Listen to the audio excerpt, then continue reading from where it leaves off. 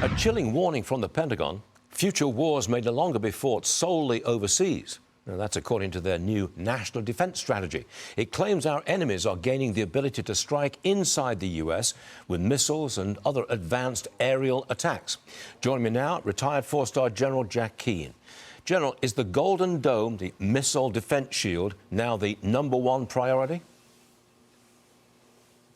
Yeah, it's right up there near the top, if not #1, certainly, and the expense associated with it would flag that as well. I mean, what's happening to us, certainly, with the technology changes that have taken place, the ocean, which was always an added barrier for us in terms of protection, that is being diminished. Listen, since the end of World War II, we've had intercontinental ballistic missiles that can carry a nuclear warhead, so that has always been a threat. And we had mutually assured destruction, what we could do to the adversary while those missiles are in flight, guaranteed that we wouldn't use them against each other, and that's proved to be a very capable deterrence. But the fact is, the hypersonic glide missiles now that China circumnavigated the globe with back in July of 21, there's cruise missiles, ranges are being extended so they can also go intercontinental. And obviously, we have drone technology. We saw the Ukrainians transport drones by truck into Russia and then launch them near air bases and take down significant numbers of bomber aircraft. That could take place inside the United States.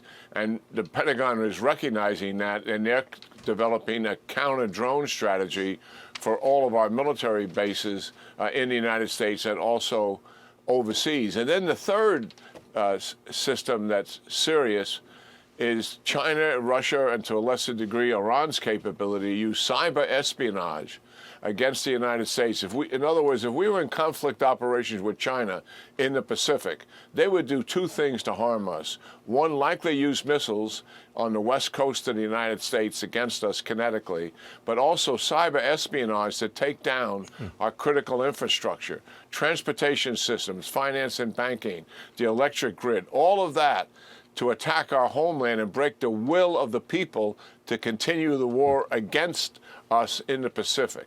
So yes, our strategy has to change and adapt as our adversaries and technology come into being, and of course their willingness to use that against us. Yeah, President Trump is doubling down on his threats to Iran.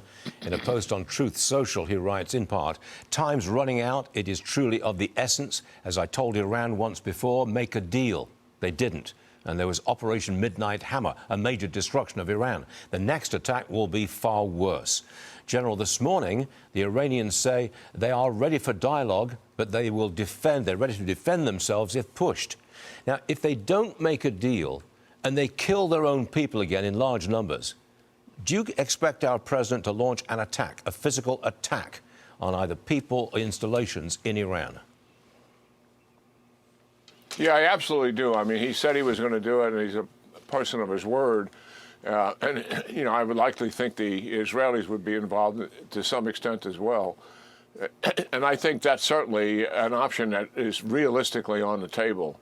I think what we're talking about here in terms of negotiations, if you look back what we did with Maduro, we put a lot of pressure on that regime, the elites around him, by pressuring and threatening the use of force against the regime. And we're doing the same thing here. You know, you have the Ayatollah, the supreme leader. He is an absolute hardliner. He doesn't want to negotiate. He wants a return to nuclear weapons, increase ballistic missiles, and absolutely increase the capabilities of the proxies that have been attacking Israel, and do that all over again. That is where he is as of today. This isn't 6 months ago or a year ago. This is today. That's where he is. However, there are moderates in that country that are not as hardline as him, and we are talking to some of them. And what is that all about? That is to create a division here. And maybe there's an option here to change the regime, obviously, and isolate the Ayatollah. That's optimistic, maybe Pollyannish in that sense, but it's worth trying. Yep. Because after all, we were talking to Maduro's people before we actually captured Maduro. Yeah. And we had some assurance from them that they would try to stabilize things if indeed Maduro was gone. So, yes, a lot of options on the table here, a lot of strategy being worked here for sure. But I do think the Iranian regime, given they're not going to change, it is likely that we will use force here once again. Got it. General Jack Keane, thank you very much for joining us, sir. Always appreciate it. See you again soon. Thank you.